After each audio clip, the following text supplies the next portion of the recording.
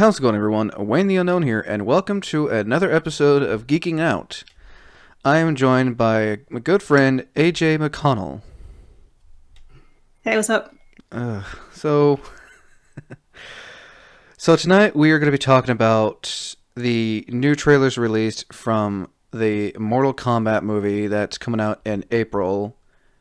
And then also going to be talking about the Snyder Cut version of Justice League, which is going to be released next month in theaters and in HBO Max. So, what were your thoughts on the trailers, starting with Justice League one? All right, so yeah, I ran the Justice League one first, and my first thought was that Henry Cavill, I first saw him as Superman in theaters in Zack Snyder's original Superman, and then I saw him in The Witcher, and I was like, no, that's not the same person. And then I see him in this trailer again, and I realize that I'll never be able to take him seriously as Superman. I'm just so glad that his jaw is not CGI looking like it was in the Joss Whedon cut. You know, I dodged that bullet. Never saw that one. The movie was a trainer. Like I'm staying hopeful for this one, the Snyder Cut, because this is what originally we were gonna get with some extra bonus footage. Mm-hmm. But at the same time, it's like, yeah. Okay, apparently, Uncle Iroh joined us for some reason. Hey, Uncle Iroh. I think he's still on mute. But yeah, no. Oh, hey, how's it going? Yeah, I'm just lurking, so you can ignore me. Oh, we're just talking about the Mortal Kombat trailer and also the Justice League trailer. I don't know if you took a look at those yet. Oh, not yet. I just thought you guys were on, so I got nosy. You're all good. But yeah, no, I can't. Looking at Henry Cavill as Superman and then watching him when he got the role of Geralt for The Witcher's, like, they're not the same. They're such different characters, and I find Geralt so much more entertaining. Oh, most definitely. I think... No, don't get me wrong. I like Henry Cavill as Superman. He's definitely, he definitely took a lot of, Christopher Reeve's Superman, for sure. And then, yeah, and there's nothing wrong with that, and that's the Superman character as I understand him. Oh yeah, no, it is, and we've had many different versions of Superman, and here's something you may not know: we originally had Tim Burton got the green light. We were originally going to see Nicolas Cage as a Superman back in the 90s. I think I heard about that. And I kind of wish it had happened just so that I could see what.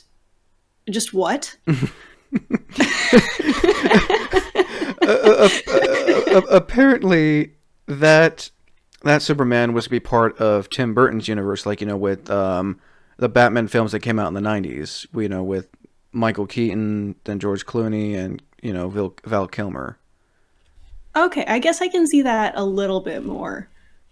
It's just... I'm glad. I will say about this Superman that we're going to see in the Snyder Cut, he's going to be wearing the black Superman suit like he was originally going to wear, and he doesn't have that weird CGI jaw. Okay, so were there CGI jaw lines just on everyone or something? Oh, no, it was just him. Originally, when Snyder originally started the Justice League, originally it was going to be a 2-part movie after, Batman versus Superman. And then that got scrapped. And originally, Cavill, he was going to have a beard to go with his black Superman suit. But then we got the Superman who basically, during a fight scene, I seen I seen like clips of it where he was fighting the Justice League. It was just Superman with a weird jaw, CGI jaw, and just wearing only just wearing pants, and that's it. Like wearing like black slacks. Yes, this is the Superman we all know and love. It just, I don't know. I'm looking forward to the Snyder Cut, despite how some people feel about it. I think, you know, it's gonna be extra. It's gonna be basically what we had seen. Just the tone is gonna be different, and we're being introduced to new characters like Darkseid, Granny Goodness, and one of his other Darkseid's henchmen.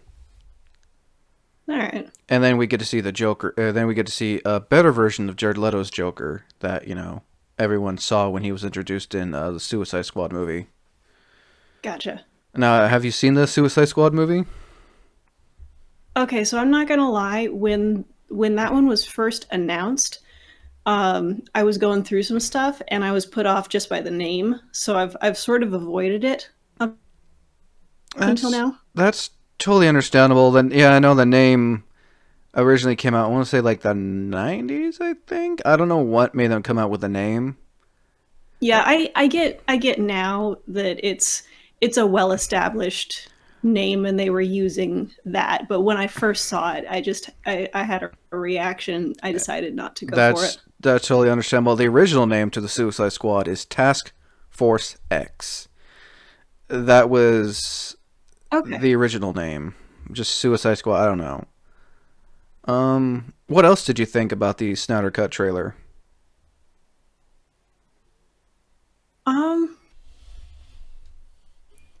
I mean, it looks like something that I would absolutely go see if I had some spare money and an extra evening to go to the movie theater. Well, huh? It is also, if you have the HBO Max app, like the streaming service, it will be on there for free. You just have to, of course, pay the $14 a month, but it's going to be released on HBO Max as well. I understand that. I'm just gauging it against other movies based on my level of willingness to pay that much and spend that time. Gotcha. I think after I watch the Snyder Cut, I may watch the Whedon Cut because it is on HBO Max, just so I can compare it and, yeah. I'm still like on the fence about it and everything. Yeah, well, I mean, if you can get it from like a Redbox or something for $1, so. Oh yeah, I'm sure. And on the topic, I take you heard we're going to be getting a new live action Supergirl. I've heard a few words about that. Yeah. Yeah, apparently, I'm sorry if I'm butchering her name. Her name is Sasha Cale. She will be the first person of color to play a Supergirl. That's awesome. Yeah, no, and she's gonna be part of the Flash movie in that same universe, so that's gonna be pretty cool. Yeah. And I know, and people are kind of mad because she's a person of color. Supergirl's blonde and blue eyes. Like, she's an alien though. She's a Kryptonian. It shouldn't matter. And I mean, it's about it's superheroes. You should be able to see yourself in that superhero. Oh, and exactly. I mean, I've seen myself in plenty of male superheroes across the years, but I mean, they've all basically looked like me. And there's nothing wrong with that at all, in my opinion. Yeah, and I think that everyone deserves that chance to say, hey, that person actually does look like me, beyond the fact that we're both apparently human, and I can feel cool too. Exactly. I can't argue with that enough. That is definitely very true. And I'm gonna give it a chance because back in the 80s, I think it was like late 70s, early 80s, we actually had a live action Supergirl movie. All right. And it didn't do well. Well, that's a shame. Yeah. I feel like I'm going to DC movie school here. Well, I only know my fair share of DC from what I've seen as a kid, from what I've read, from what I've played, and I'm not gonna say I know everything about DC because I don't. I'm learning something new about the DC universe every day, you know. Mm-hmm. And on the topic of that kind of stuff, I don't feel like people should gatekeep. You know, people who are wanting to get into DC comics or stuff like that. Oh yeah. I mean, there's no one who is not supposed to read a DC comic. Exactly. No, I yeah. What are your thoughts on people who like to gatekeep others? You know, it's one thing to enthuse about your fandom, and it's another thing to make people feel like they're not allowed to like that thing because you happen to believe that they should know something or look a certain way. Exactly, and I know this is getting a little off topic here, but I'm sure you've seen it a lot of gatekeeping in the cosplay community. Yeah, I mean, I happen to look like a pretty typical cosplayer. So I feel like I haven't seen as much of that personally, but I mean, I've seen plenty of gatekeeping elsewhere. I mean, I went to engineering school, so. You went to engineering school. What did you do for engineering school? My degree is in computer engineering. Very nice. Yeah. How long did you do that for? You mean in industry, or how long did I go to college for that? Industry wise. Industry, I spent about 3 years. Nice. Kind of getting a little off topic here. I guess also another trailer I can add in to talk about. Have you seen the trailer for Cruella? I have not. I've seen a lot of stills and a bit of chatter about it, and a few opinions, but I haven't watched the trailer itself. If you get the chance to, I would highly recommend it. I think Emma Stone will make a good Cruella villain. I'll take a look. Now have you seen the original 101 Dalmatians, the live action film that came out in the 90s? Oh yeah.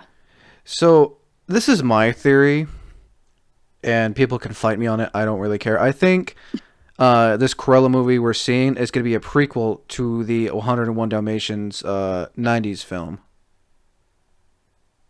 Maybe. I mean, it doesn't seem out of the realm of possibility. That's kind of how Disney's doing it right now. And people are comparing Emma Stone. Basically, they're calling her the Harley Quinn of the Disney universe. I'm not sure how much I can agree with that.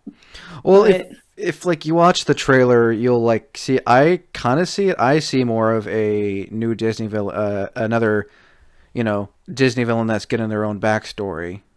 First was Maleficent, then it's Cruella.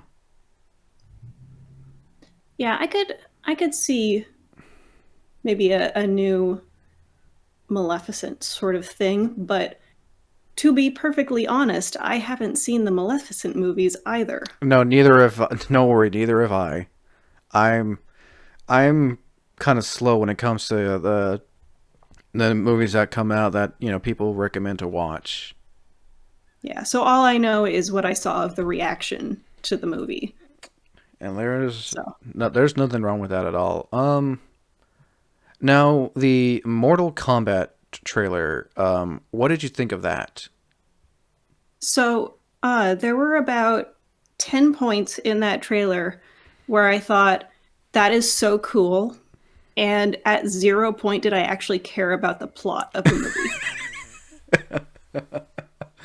There's nothing There's nothing wrong with that. Did any like certain characters in that trailer catch your eye, or like, it's just whatever? Sub-Zero looked pretty cool. I mean, he was the one that got the most screen time, the most effects.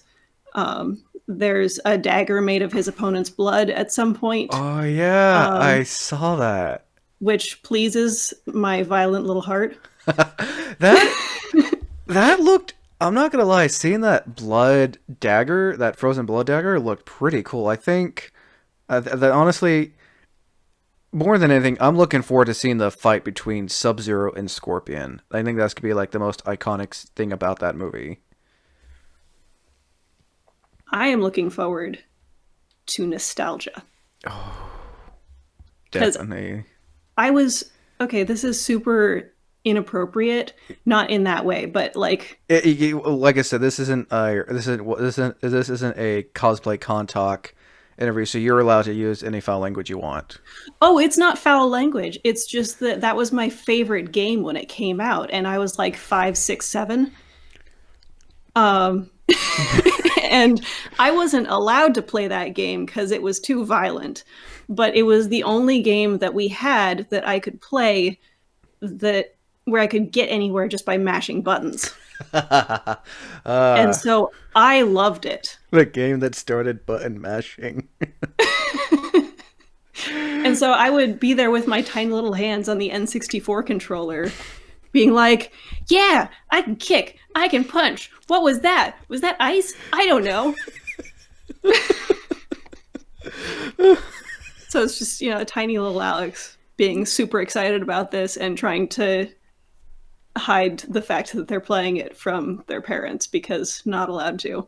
Oh yeah, no, God, that's like Mortal Kombat. The game series has changed over the years if you think about it too.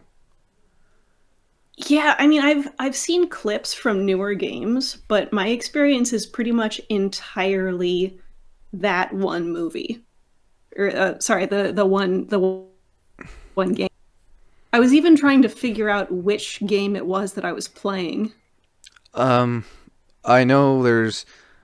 Let's see. I think it was after MK4 or so. We were introduced. You said N64, so that was probably the first 3D era for the Mortal Kombat games, where the characters look like 3D models instead of using actual actors, which is a fun fact. Most of the characters in Mortal Kombat were done by actors, except for Shiva. She was like kind of stop motion, since they couldn't find an actual actress to play as, her in the original games. I actually learned that from a buddy of mine.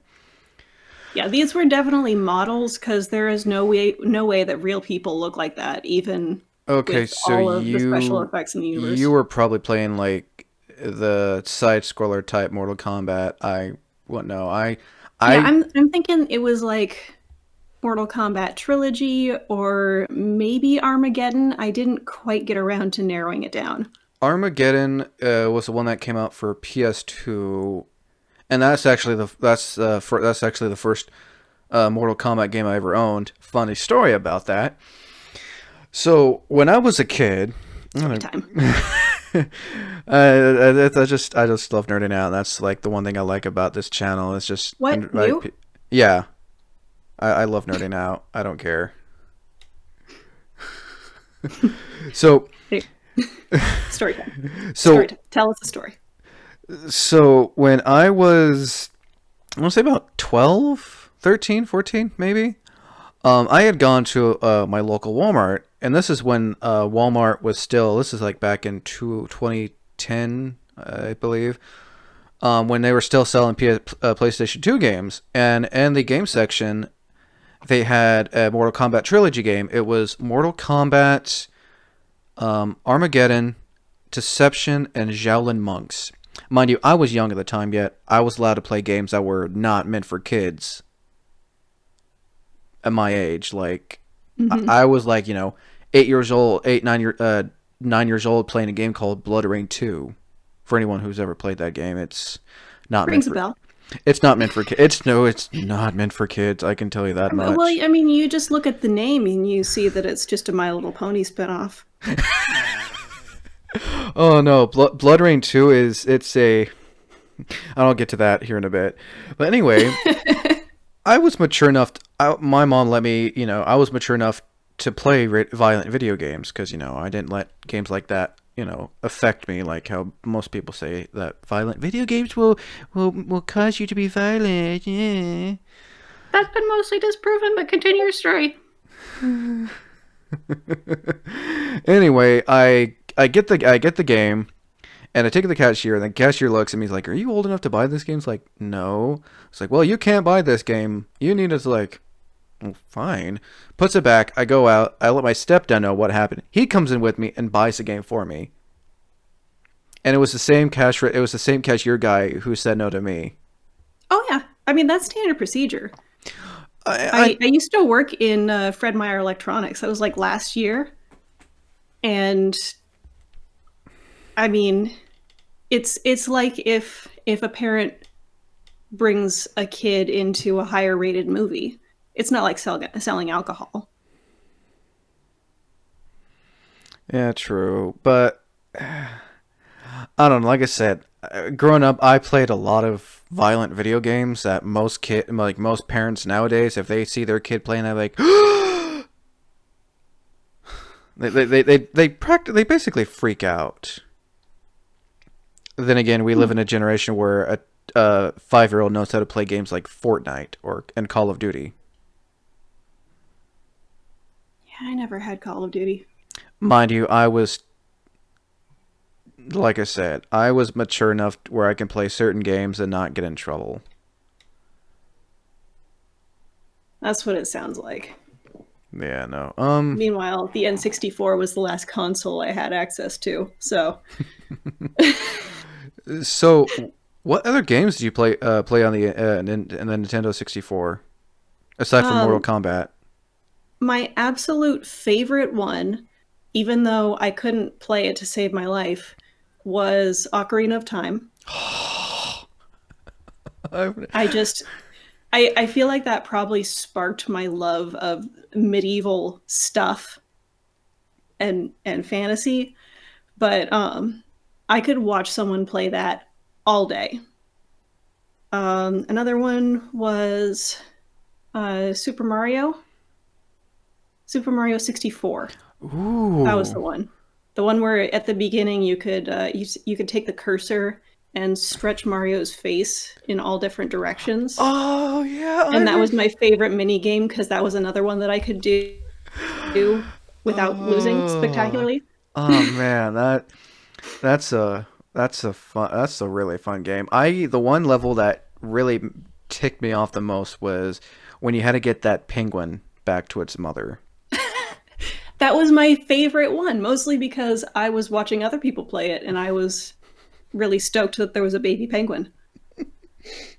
Don't get me wrong. I love the Nintendo 64. I miss the one I had, and because I sold it for I sold it way less than what someone was originally asking for. But the Nintendo 64 was like actually the very first console I owned by myself.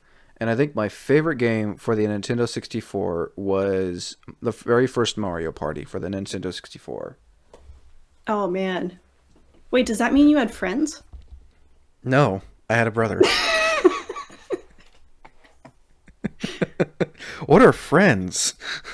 I don't know. I've heard tell of them. Actually, I love my friends. Hey, friends. Love you. No, I love the Nintendo 64, and it wasn't until years later, when I was in middle school, a friend of mine had a party, and someone brought their Nintendo 64, and one of the games they had, and I didn't even know, what originally it was called Conker's Bad Fur Day. Okay.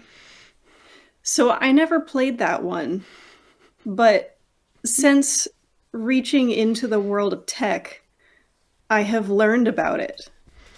And I think that even my mom, who was very permissive on certain things, would have had some issue with that. Oh, well, a couple years later, when Xbox came out, they made a remastered version of that series called Conquer Live and Reloaded, which basically you could play two game modes: a Call of Duty type mode, which was for online for Xbox Live, and then Conker's Bad Fur Day, which was just basically a remastered version of Conker's Bad Fur Day, except there was a few changes. It's like a reboot / remake. They changed some things, they added some things, and all the cursing, they just basically added a bleeping noise. Mind you, this game was rated M. You would bleep that out in a rated M game? Yeah, they would. So in the original Conker's Bad Fur Day, they had cussing and everything, and and the reboot of Conker's Live and Reloaded, during the story mode for Conker's Bad Fur Day remastered, anytime a character would cuss, they would bleep out the curse word. It's weird, I know. Like, why would they just? It was. I couldn't really tell you. I mean, like, okay, if you want to lower the rating a little bit, and make it available to a wider age group. Oh, But I feel like the swearing was a big part of why people loved it in the first place. Oh no, there's even if there was no way they could have lowered the because there was still blood and guts and everything. Like, you can see, Oh, okay. There were still the blood and guts. They just thought they thought, oh, let's be funny by putting bleeps over the curse words. Yeah, we'll keep all the gore. Just be funny by bleeping all the curse words and I got remakes. I got another fun story about that too, about that game. So, oh boy. So the cover of Conker's Live and Reloaded, it shows a picture of Conker, and it just shows him and like a bunch of squirrels in the background dressed in World War II attire and everything, because the game was like a like they said, there's two game modes: the Live and Reloaded, which was just like a Call of Duty type-esque online multiplayer game, and then and there was a picture of, it showed a tank, and it showed a picture of Conker wearing World War II attire, sitting on the barrel of the tank, and then a female squirrel character putting her hand on the tank barrel.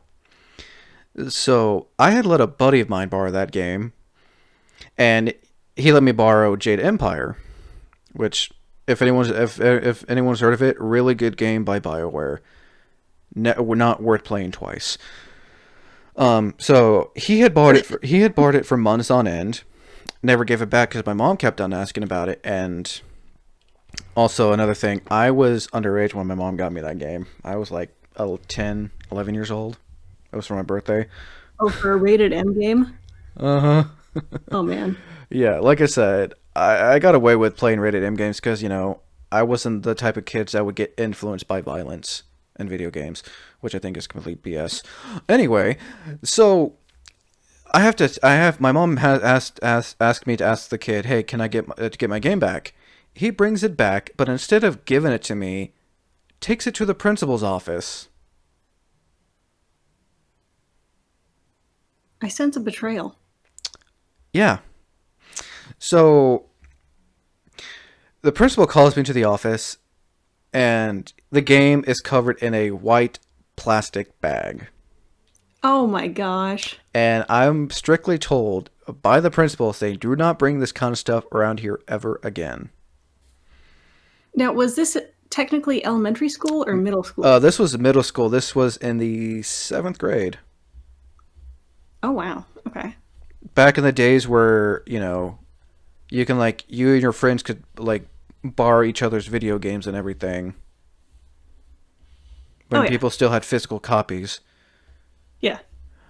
And so, and I felt bad for what I did, but at the same time I didn't. So for him keeping my game so long, I just ended up keeping his game that he let me borrow. All right. Did you ever get Conquer back? Oh, I got Conquer. Yeah, no, I did get Conquer back. That was when he gave the game to the principal, who gave it back to me, telling me never to bring it back, never bring it to school with Okay. me covered in a white plastic bag. I was focused on the white plastic bag and never bring this stuff around here before. Again. So, and I kept his game, and I ended up giving it to another friend. The guy never knew about it. If he's watching this, I'm sorry. That was a long time ago. I was young, dumb, and stupid. Are you really sorry? No. I'm not. Gotcha. But yeah, no, I mean, and plus games. If you're watching out there, I doubt kid it. I who doubt it. knew Wayne back in the day, I got the truth out for you. Wayne is not sorry.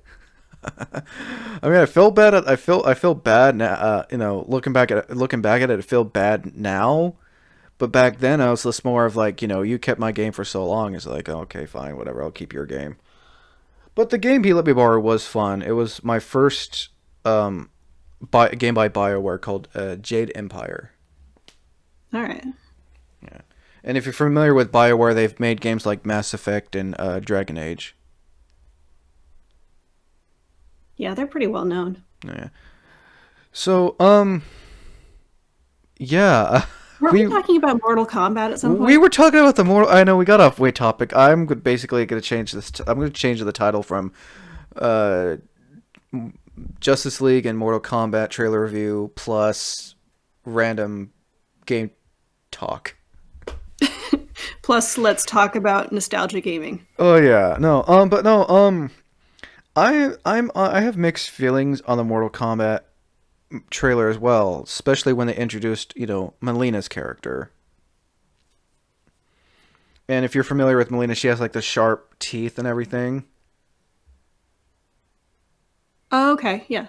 Yeah, I remember her. So yeah, and like in the previous game, she has like the very sharp, because she's part Tarkatan, which is what Baraka is. And she's has Tarkatan DNA, and she's supposed to look like a clone of Kitana, who has the fan blades. So in the trailer, we see her licking her sword, and we see what her teeth look like. Her teeth look like normal teeth, just looks like she went to a dentist and just got them modified to look sharp and everything. So, like, they're filed down? Kind of, yeah. If you watch the trailer again, you'll see that lady licking the sword. It's basically, that's Melina. Her teeth are I'm going to find that still. Yeah, excuse me. Are you okay? I just burped. Congratulations. Yeah,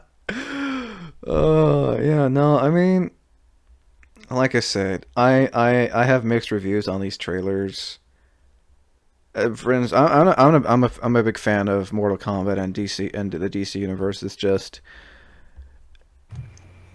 they have another greatest track record. Oh, yeah, I see it now.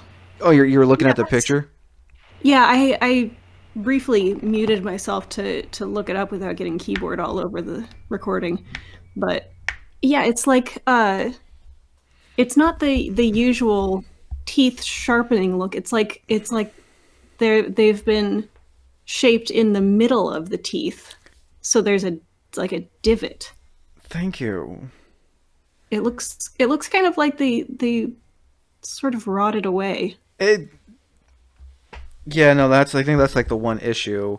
I mean, I'm glad we finally get a second Melina, another live action Melina. It's I don't know if it's better or worse than when she was first introduced in the Mortal Kombat Annihilation movie, when she didn't even have a name. She just wore a pink like outfit and boots and leggings and a weird pink headband and a mask.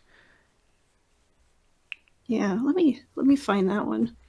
Yeah, just look up Mortal Kombat Annihilation Melina, and you'll see what I'm talking about.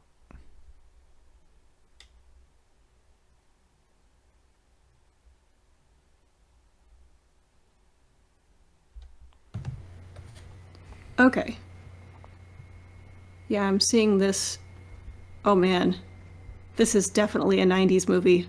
Oh, it shows. It's in that era where, movies movies from like 90 to 94 is like, early 90s, where it kind of looks like it's still from the 80s in a sense. Mm-hmm. And then you got movies from 95 to 97, where you can tell it's like a 90s movie. And then you got movies from the late 90s, where they were like, "Oh, we can do CGI now." Well, no, you can't. Oh, God. You can. You can, but at the same time, it's like, Oh, it ages. Can you? It's just some of the CGI they used back then look like PlayStation CGI graphics. Okay. Not too long ago, I rewatched, I think it was Blue Planet. And it was, whichever one it was David Attenborough, 2006. And it had some CGI graphics. And that was an amazing time capsule, I tell you what.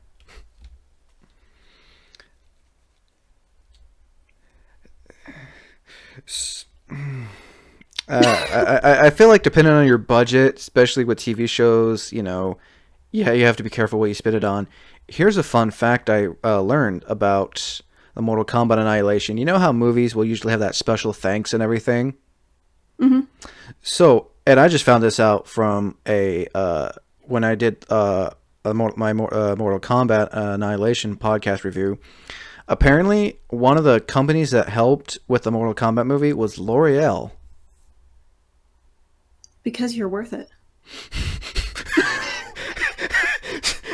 So the first Mortal Kombat movie, their budget was $20 million, and they made over $120 million in the box office. Mortal Kombat Annihilation's budget was $30 million, $10 million more than the original, and they only made $51 million. Ouch. So, I mean, that's what happens when you try to introduce so many characters at once and not really have a good backstory for them. Like the original, like Joss Whedon's Justice League, you're putting so many characters into a movie, not really giving them a backstory. And you're just, okay, this is good. Let's do it. Just don't care. Yeah. They'll catch up, right? I just feel like we need to learn from when it comes to making movies based off of comic books or video games. That's the same problem that Spider-Man 3 had with the Sam Raimi trilogy. Oh, yeah, that's right. They never made us. They never. Oh, yeah, Spider-Man 3, right, They never? right. No, they made it. Never mind. I was thinking of something else. Yeah, they did. Yeah, I recently rewatched those as well because I had access to them and I was like, why not? And the first two are, they're superhero movies that are pretty decent for the time. And then the third one it's the same problem. It's so many characters and so many plot lines trying to all happen at the same time. And you've only got like maximum 2.5 hours to tell all of these stories. Yeah, I mean, you got Sandman, you got Eddie Brock, you got, and Venom, you got, and you got suit separate from Eddie Brock. And it's, yeah. And then you got Harry Osborn, Green Goblin. Yeah, so let's see. Sandman, Venom Spider-Man, Eddie Brock. That's like 5, things introduced at once. And if you look it up online, there was an original concept for Spider-Man. They were going to go more based off the black Venom Spider-Man suit, where his suit was all black and had the white Spider-Man symbol. Mm-hmm. But they decided, let's not do that. Let's just basically turn the Spider-Man suit black instead of making a whole new suit. Yeah. So yeah, no, I get what you're saying. I'm just saying that there is a reason why the thing that we remember most is the dance from that movie, because the rest of it was so very forgettable. No. Did I bring back some traumatic memories for you, Wayne? Oh no, it's just I get the reason for the dance, because the the suit, the symbiote, the Venom symbiote that took over Peter Parker basically changed his personality. But where in the movie when you write, okay, so Peter Parker is basically being controlled by the symbiote, so let's just make him look, darker, and also let's have him walk out of a clothing store doing some weird fucking dance. That whole sequence was so odd, and I kind of love it that they brought it back for Into the Spider-Verse. Oh yeah, I just remember in that that little illusion as something that is completely off the wall, and why would you ever do that? I feel like that when I saw that scene, even when Spider-Man's talking about, we don't talk about that. It's like, no, we don't talk about symbiote Peter Parker and that is. But what about symbiote Peter Parker's guyliner? Oh Because yeah, that was emo. that Oh was yeah, emo. Kinshiro right Emo. there. That was like emo. Green Day shit. Emo Peter Parker. So yeah, I think I know the title for this podcast now. That's going to be aired well, since this is being pre-recorded, it's going to be aired on the 27th of this month. What have we wrought?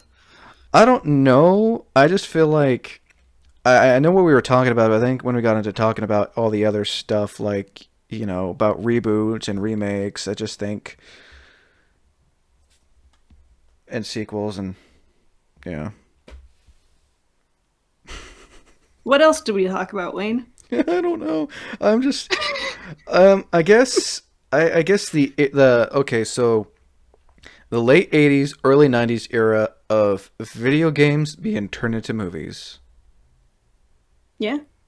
And also anime as well. Hey, we didn't talk about anime. No, we didn't. So on the Do top. we have time to talk about anime? Because that's a whole other thing. Oh no, we're not talking about anime. I'm going to talk about certain anime made into live action movies. Oh, are we going Netflix on this? Oh no, I'm talking about. Oh, let's see. Netflix can be added too because I only watched the Death Note live action American film once and I fucking hated it. My only positive thing is how they got William Dafoe to do the voice of Ryuk. That is it. I personally think the best thing to come out of that was the Pineapple Pen Redux with Ryuk. Oh yeah, I've seen that one. Which, it branded itself onto my soul as one of the many disturbing things that I will never forget. But it's really entertaining. I'm just... So, you're... what was... I don't know if you ever heard of this anime. It was originally called a manga. It was called, Fist of the North Star. I don't remember that one. Well, it was originally a manga, and then an anime, and then, of course, we Americans decided, oh, hey, this is a popular manga, this is a popular anime, let's make this into a movie, and just have all the actors be American. Mm-hmm. Yeah. Yeah, that always ends well. I watched it on Netflix, and I watched it once, and it was... They try to add some aspects from the anime and manga into the movie, and it didn't really... And the main character's name is Kinshiro, and he's got 7 wounds on his chest, and he's being played by an American guy who's playing as a character with a Jap. I'm not trying to criticize it or anything. It's just, Did he try and put on an accent? No, you can tell Good. Okay. It's kind of sounded like that was where you were going, and I was cringing. Very hard. It's not a bad movie. It's got the kid who played in Hook as Rufio. Okay. Yeah. Oh gosh. He's got such a cool name too. Why can't I think of it? I can't remember, but I also know he did the voice of American Dragon Jake Long. And he was Zuko. Yes. And there's another movie I want to talk about that I feel like was just not Oh even no, worth we're doomed. making. I've never seen If it. we've gone here, we might want to back out. Dante Basco, that's the guy. So, and I've never seen it, and I forbid to watch it. Have you seen the live action Avatar: The Last Airbender movie? I did see it once when it was on Netflix, and I was bored, and there was nothing else to do.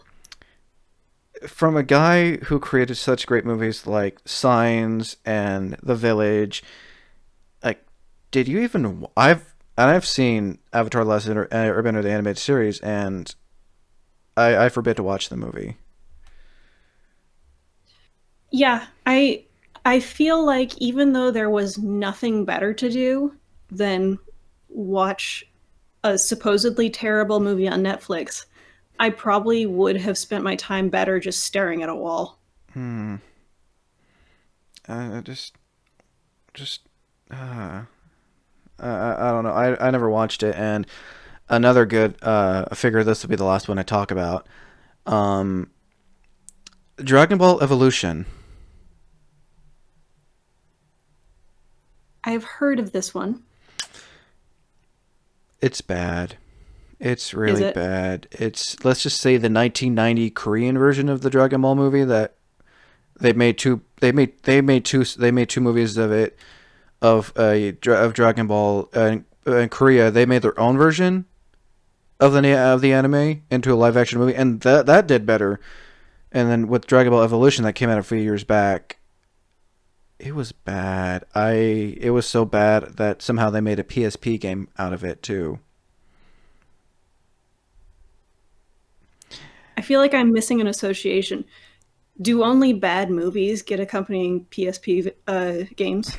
No, it's just I don't know what it is about, when, and I'm not trying to bash on our own country here, but I don't know what's with this thing we have that we're so fixated with. Like, let's take this popular Japanese anime and make it an American version of it, and completely ignore the plot and just put our own twist on it.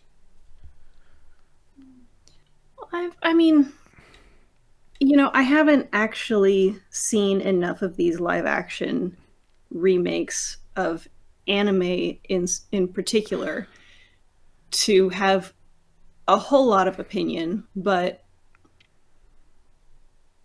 I feel like we just haven't figured out how to make anime movies feel live action anime movies feel the way anime does, the way that we figured out how to make superhero movies be It, exciting like comic books. I mean, they lose a lot in translation. It's not the same story oh usually, no, and but they're still. I mean, you can see the superhero movie oh and yeah. say this is a good time. And I'm not trying to gatekeep these things, these movies and games, and I'm talking about.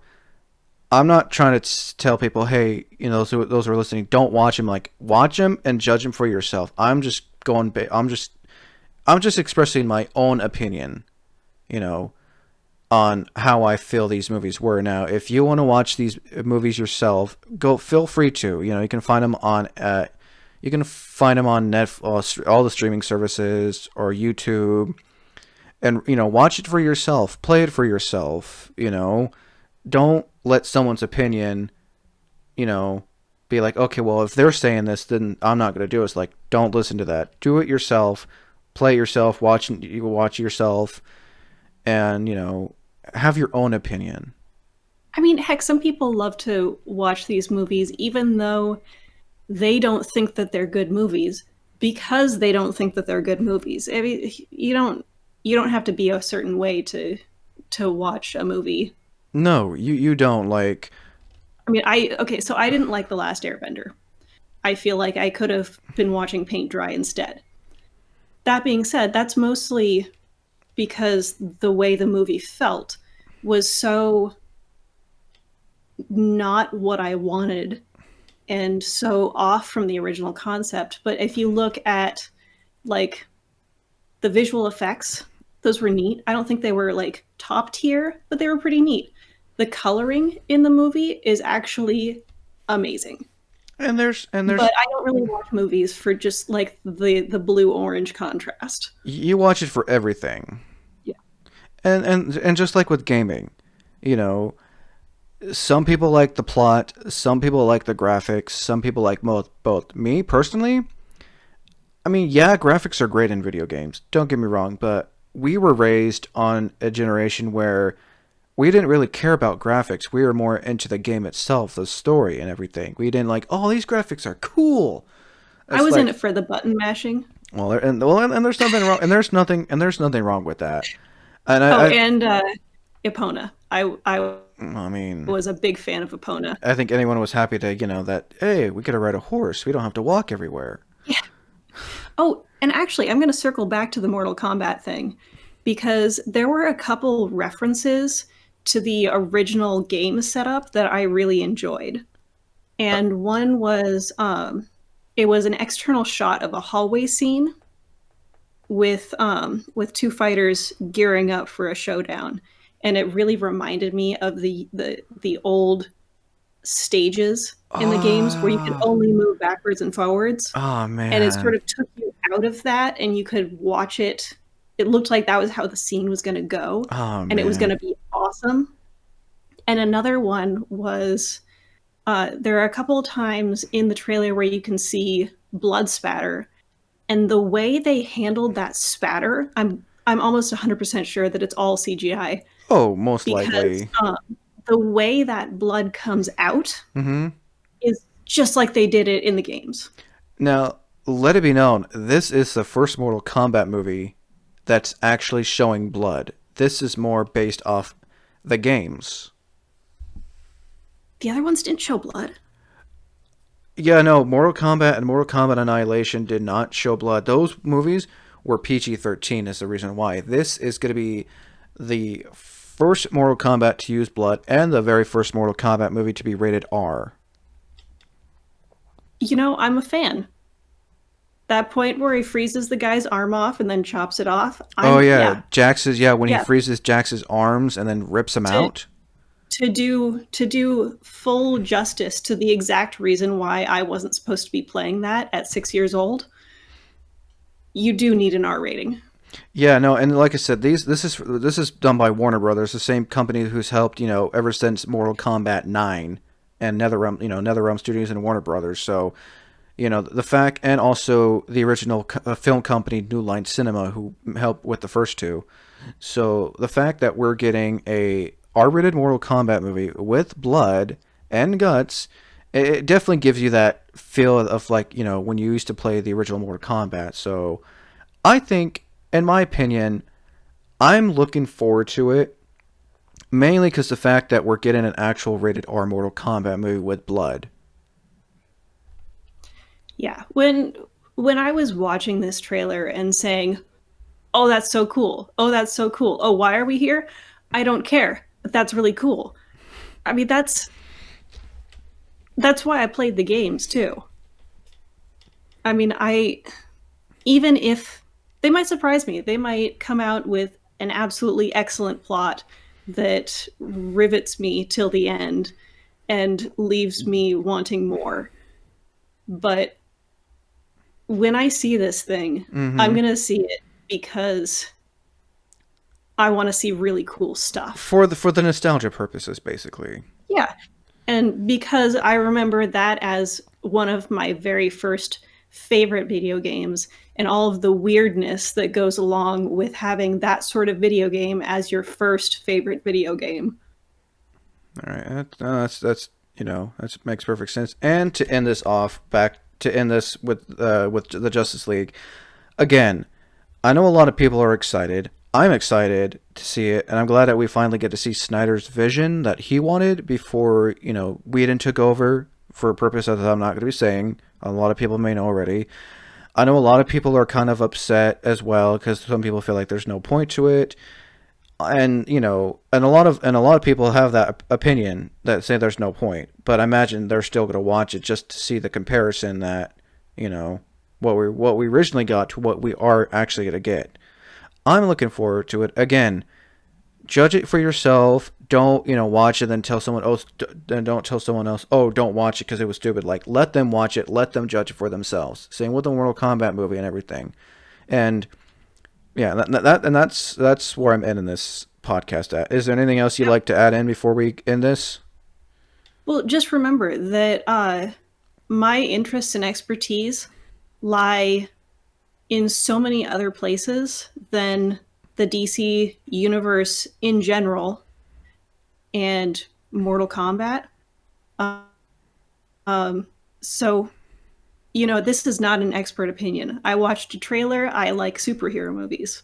And that's where I'm at. And there's nothing wrong with that. Eventually, yeah. And there's nothing wrong with not being as knowledgeable. Like I said, there's still a lot about other superhero universes I don't know shit about. Like the reason why I'm more knowledgeable of DC because I was raised on DC. I wasn't fully into Marvel until until Spider-Man. Mm-hmm. That's what kind of got me in. I like Marvel a lot more to this day than I did back then. And, there are some things about all these fandoms I don't know anything about, and I'm still learning. And that's I think that's the experience with each fandom is you're always learning something new. You can say, well, I know all this about fandoms. Like, no, you don't, because there's always something new to that fandom, and you shouldn't be gatekeeping someone who's wanting to get into that fandom. Like, don't tell them, oh well, this is something new, so you're not a fan. You don't know. It's like, no. There's always going to be something new added to these fandoms, no matter what it is, and you should let people enjoy the new stuff that comes to the fandom. Like, if they're into the old stuff, that's fine. If they're into the new stuff, that's fine. If they're into both, that is perfectly fine. And that's the final note I'm ending on this. Yeah, and that's what we're doing here. Go see things, go enjoy things. We're just talking about us. Exactly. Again, to each his own on this stuff. Watch it for yourself, and as always, enjoy your fandom, no matter the old stuff and the new stuff. And on that note, until next time, thank you for listening, everyone. Take care.